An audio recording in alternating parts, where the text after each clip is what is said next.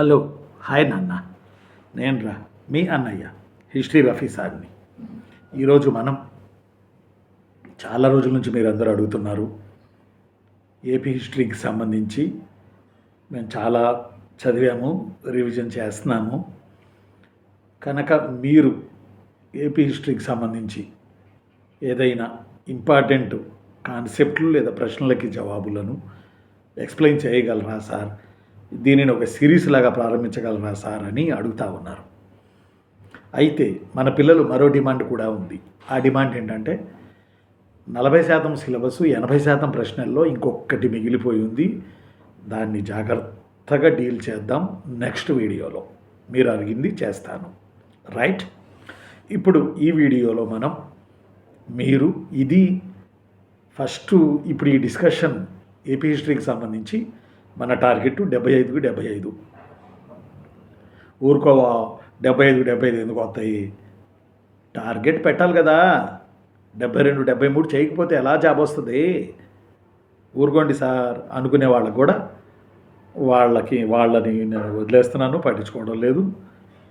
మనం టార్గెట్ పెట్టి 70కి పైబడి ఆన్సర్లు పెట్టడానికి ప్రయత్నం చేయాలి. ఇందులో భాగంగా ఏపీ హిస్టరీలో ప్రీవియస్ ప్రశ్నలు, అంటే మొన్న గ్రూప్ 2 కాకుండా మరొక ప్రశ్నాపత్రం నాకు దొరికింది.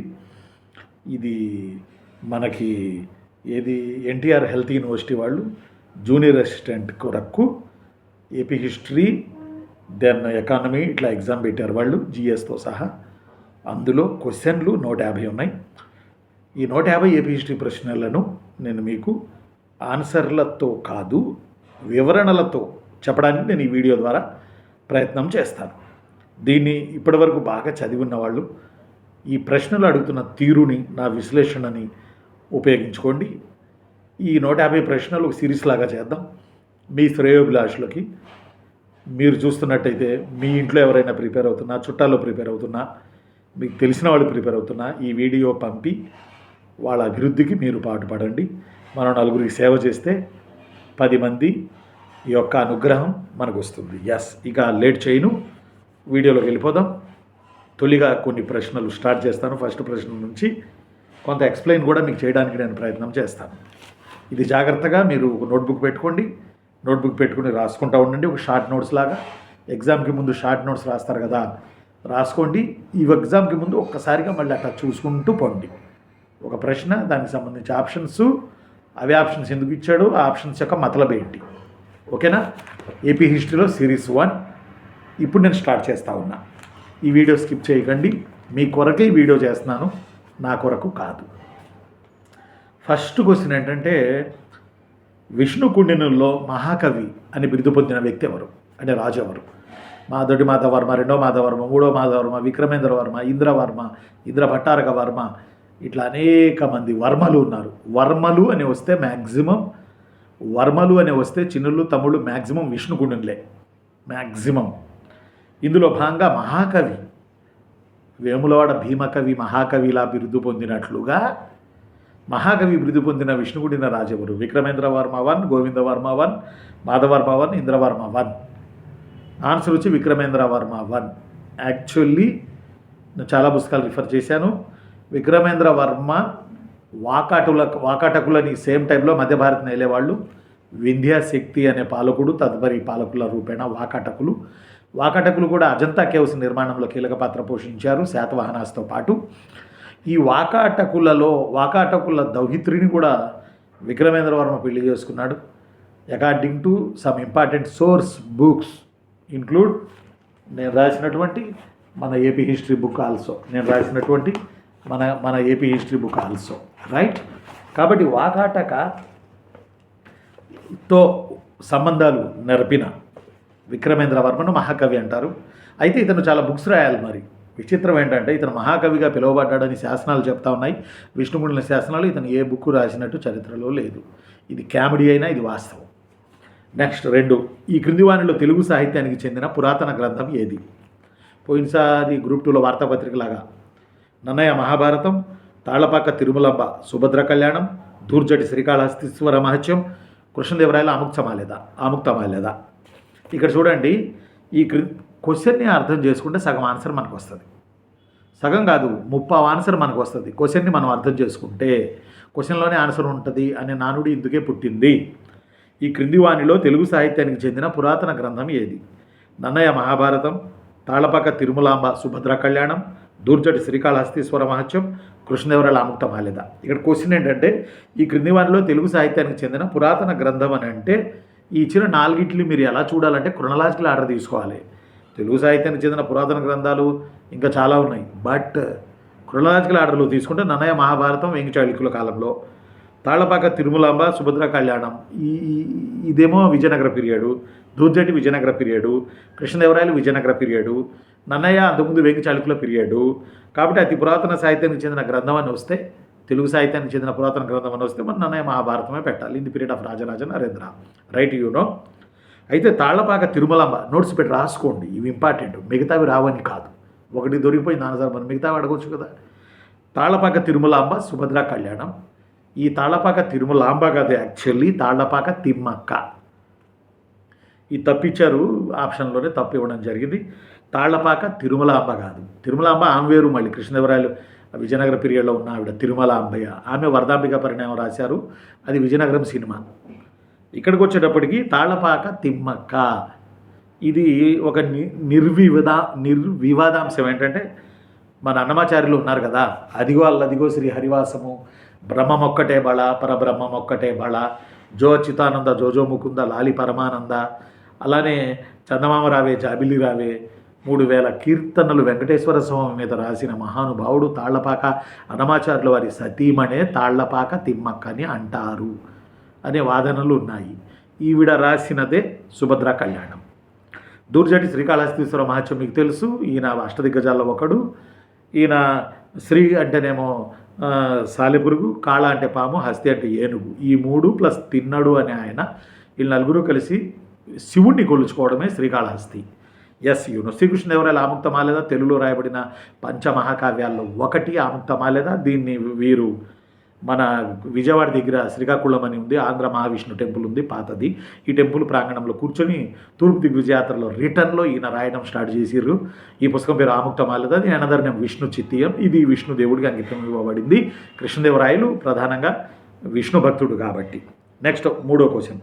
తెలుగు సాహిత్యం తన మూల కారకాలైన డాష్లకు రుణపడి ఉంది. చాళుక్యులు, చోళులు, చేరలు, పాండ్యులు.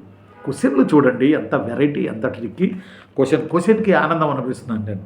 తెలుగు సాహిత్యం తన మూల కారకాలైన డాష్లకు రుణపడి ఉంది అంటే తెలుగు సాహిత్యం అభివృద్ధి చేసింది ఎవరని, తెలుగుని ఒక పుస్తక భాషగా, శాసన భాషగా, అగ్రహారాలుగా, తెలుగులో రకరకాల ప్రయోగాలుగా చేసిన వంశం ఏదని అడగడం డైరెక్ట్గా. ఇది చోళులు, చాళుక్యులు, చేరలు, చోళులు, చాళుక్యులు, చేరలు, పాండ్యులు. ఆన్సర్ చాళుక్యులు. చాళుక్యుల కాలంలో తెలుగు రాజభాష కాదు. ఇంకో దెబ్బపడి తేడా, తెలుగుని దుమ్ము లేపిన వాళ్ళు చాళుక్యులే, వేంగి చాళుక్యులే, no doubt at all. But వీళ్ళ రాజభాష మాత్రం తెలుగు కాదు, వీళ్ళ రాజభాష సాంస్క్రిటే. ఇది అడిగితే చాలామంది తెలుగు పెట్టేశారు, దెబ్బైపోయాం. నో నాన్న, తెలుగు సాహిత్యం ఇక్కడ వెరైటీ అడిగాడు, చక్కగా నీటుగా గ్రాంధికంగా ముద్దుగా బొద్దుగా ఈ బిట్లు అడిగాడు. తెలుగు సాహిత్యం తన మూల కారకాలైన డాష్లకు రుణపడి ఉంది అంటే తెలుగు సాహిత్యం ఫ్లో అయింది ఎవరి కాలంలో అంటే యాక్చువల్గా రేనాటి చోళులు. ఆనసరికి రేనాటి చోళుల్లో సాహిత్యం రాలే, శాసనాలు వచ్చినాయి. బట్ వేంగి చాళుక్యుల కాలంలో తొలి తెలుగు పద్య శాసనాలు, పుస్తకాలు, సాహిత్యం, అగ్రహారాలు, కవులు అబ్బాపాప చింపి చాట చేశారు వేంగి చాళుక్యులు. దట్స్ వై ఆన్సర్ చాళుక్యులు, చోళులు కాదు. చోళులు తమిళనాడు కదా, చేరలు పాండ్యులు తమిళనాడు కదా, చేరలు కేరళ కదా. ఈ వైభిన్యత అర్థం చేసుకోవాలి ఆప్షన్స్లో. నెక్స్ట్ 4వ ప్రశ్న. ఈ క్రింది వానిలో వెలనాడు దుర్జయులు గురించి ఏది బై వి సరైనది బై వి? వి అంటే ఇంగ్లీష్ వి కాదు. అంటే ఏమంటున్నాడంటే ఈ క్రింది వానిలో వెలనాడు దుర్జయులు గురించి ఏది సరైనది, లేదా ఈ క్రింది వానిలో వెలనాడు దుర్జయుల గురించి ఏవి సరైనవి? 1 తూర్పు చాళుక్యులు, లేదా వేంగి చాళుక్యులు, లేదా ఆంధ్ర చాళుక్యులు, లేదా రాజమండ్రి చాళుక్యులు. ఏనన్నా వీళ్ళందరన్నా ఒకటే పేరు రా బాసు. తూర్పు చాళుక్యులన్నా, వేంగి చాళుక్యులన్నా, ఆంధ్ర చాళుక్యులన్నా, రాజమండ్రి చాళుక్యులన్నా, కోస్తా చాళుక్యులన్నా ఒకటే.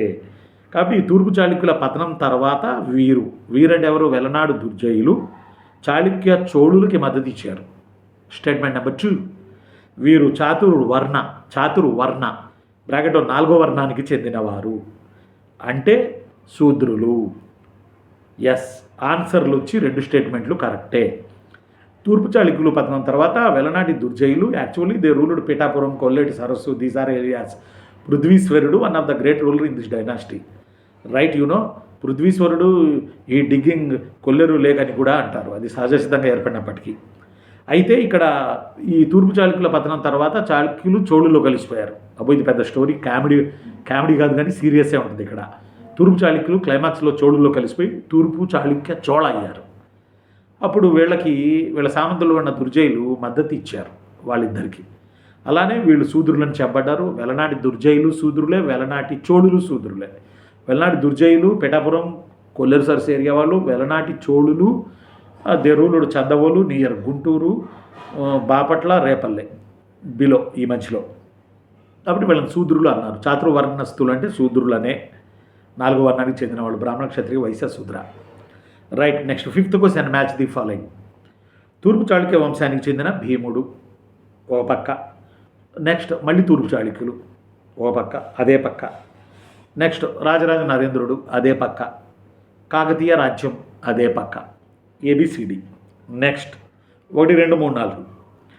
శైవ మతం ఆంధ్ర ప్రాంతంలో జైన మతాన్ని దాదాపుగా నాశనం చేసింది. 2, చాళుక్య చోళ వాస్తుకళ. 3, ద్రాక్షారామం టెంపుల్. 4, పంచారామ క్షేత్రాలు. సింపుల్గానే ఉంది కానీ చాలా తెలివిగా ట్రిక్కీగా ఇవ్వడం జరిగింది ఇక్కడ, మీరు గమనించండి.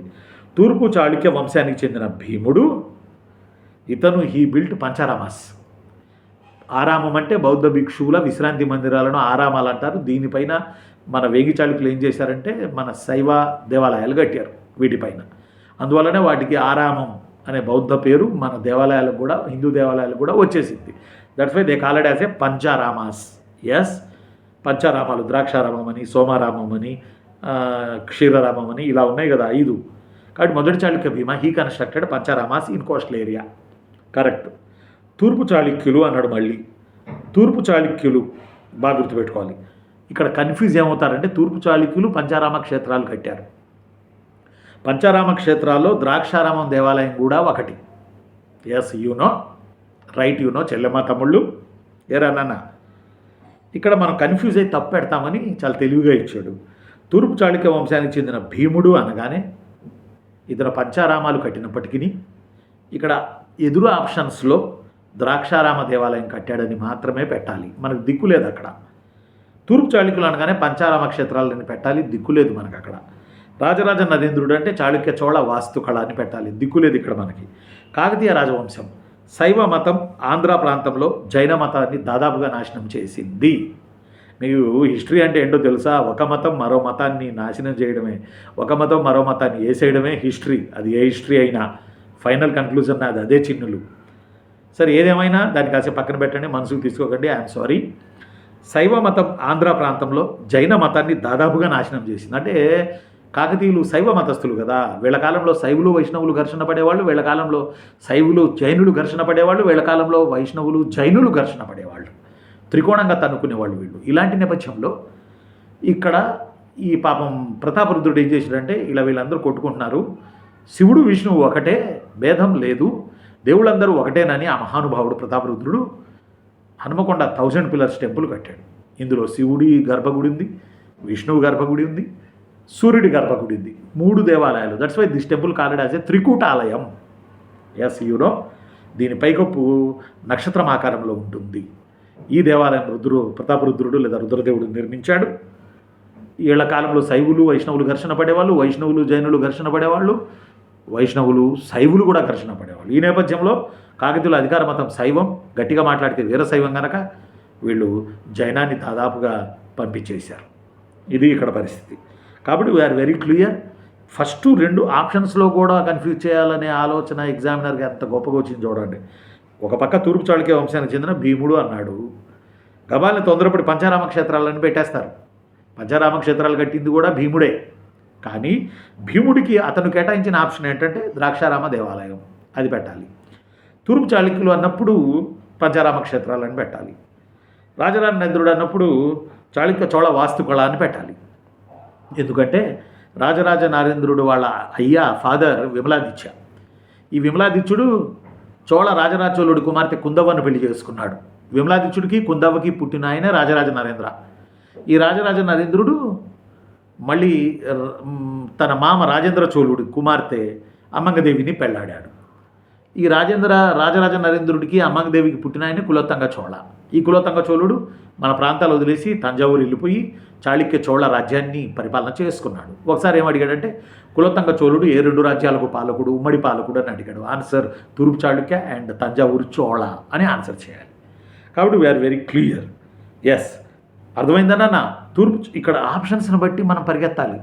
తూర్పు చాళుక్య వంశం భీముడు అంటే ఈయన, మళ్ళీ చెప్తున్నా, ఇసుకోకండి. ఇతను ఏం కట్టాడురా? ఇతను పంచారామ క్షేత్రాలు కట్టాడు. అందులో భాగంగా ద్రాక్షారామం కూడా కట్టాడు.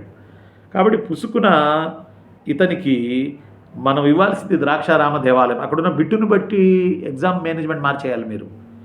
ఇక తూర్పు చాళుక్యులు అన్నాడు. మళ్ళీ ఇంకేం పెడతాం? తూర్పు చాళుక్యులు అని చెప్పి ద్రాక్షారామ దేవాలయం పెట్టలేక పంచారామ క్షేత్రాలు పెట్టాలి.